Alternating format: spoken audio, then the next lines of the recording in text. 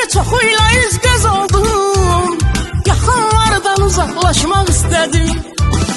Düzdür, səndən uzaqlaşmaq istədim. Yavaş yavaş kənarlaşmaq istədim. Gördüm alır, elə çox darıxdım. Əlini tutub qucaqlaşmaq istədim.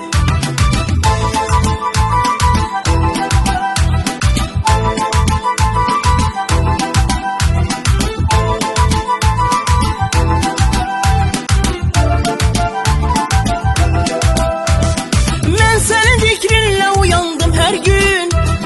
Yaşamaqdan bezdim, usandım hər gün.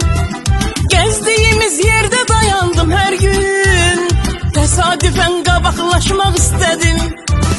Bir ara səndən uzaqlaşmaq istədim. Yavaş yavaş kənarlaşmaq istədim.